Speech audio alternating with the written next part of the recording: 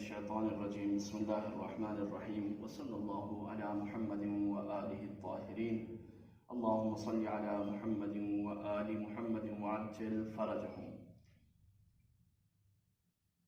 قول مشہور یہ ہے کہ قتل علی فی المحراب بشدت عدلہ۔ امام علی علیہ السلام کو محراب عبادت میں شدت عدل کی بنیاد پر شہید کر دیا گیا۔ کون سی عدالت امام علی کے اندر پائی جا رہی تھی کہ جس کی بنیاد پر انہیں شہید کر دیا گیا اور انہیں سماج میں رہنے نہ دیا؟ اگر ہم اس بات کو دیکھنا چاہیں تو آج کے بہت سے 20ویں صدی کے مورخین نے کتابیں لکھی ہیں، آپ ان کو دیکھ سکتے ہیں اور ان میں یہ بات آپ کو مل جائے گی کہ کیسی عدالت امام علی علیہ السلام سماج میں اجرا کرنا چاہتے تھے کہ وہ ان کے قتل کا سبب بن گئی۔ تو عدالت ایسی تھی کہ کوئی فرق نہیں کرنا تھا،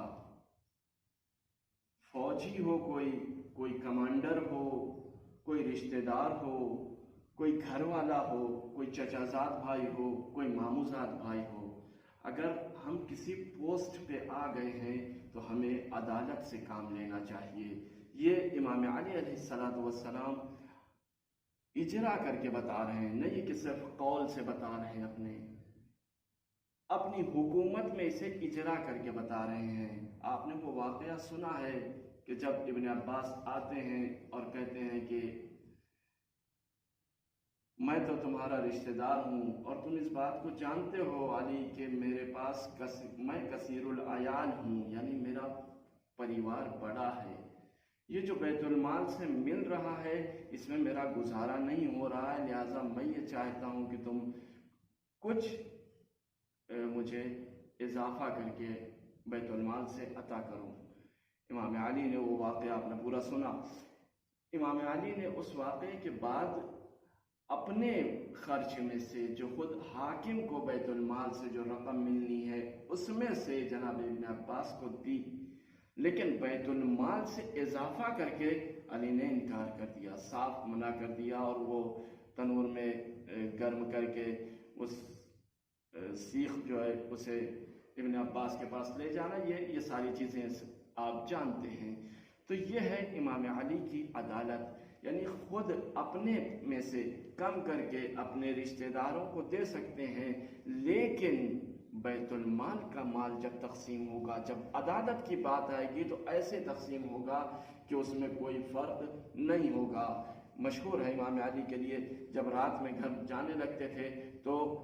جناب قنبر نے اس بات کو نقل کیا ہے کہ میں نے دیکھا ہے ایک مرتبہ نہیں کئی مرتبہ جب بیت المال میں صرف اتنا ہی مال تھا کہ وہ مسلمانوں کے درمیان تقسیم کر دیا جائے اور بیت المال میں کچھ نہ بچے، تو میں نے دیکھا کہ میرے مولا بیت المال کا مال تقسیم کرنے کے بعد جب وہاں کچھ نہیں بچا تو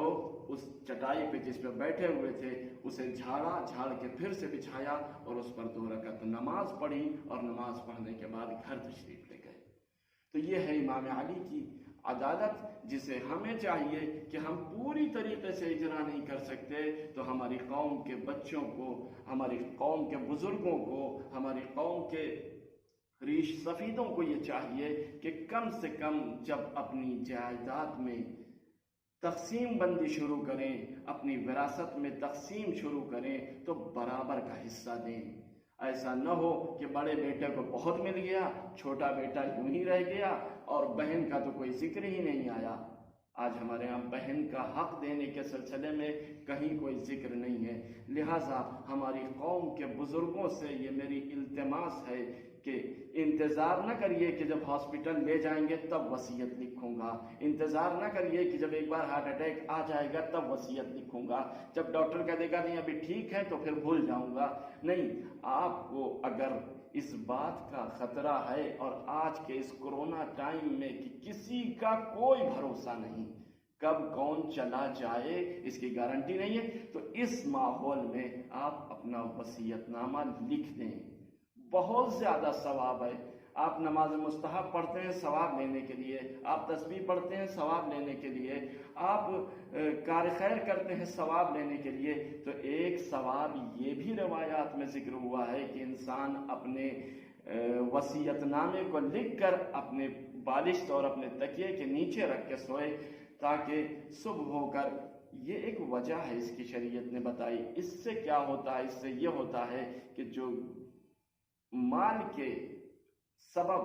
بھائیوں میں، بہنوں میں، بھائی بہنوں میں جو اختلاف پیش آتا ہے وہ اسے بچا لیتا ہے، اور اسلام اختلاف سے بچنے کو کہتا ہے۔ لہٰذا اس وصیت نامے کا لکھنا عدالت کے ساتھ، اپنے مولا کی پیروی کرتے ہوئے، امام علی کو آئیڈیل بناتے ہوئے، برابر سے اپنی جائیداد کو، اپنے گھر کو، اپنی دولت کو بچوں میں تقسیم کرنا، یہ ایک پیروی ہے امام علی علیہ السلام کی۔ وصلی اللہ علی محمد۔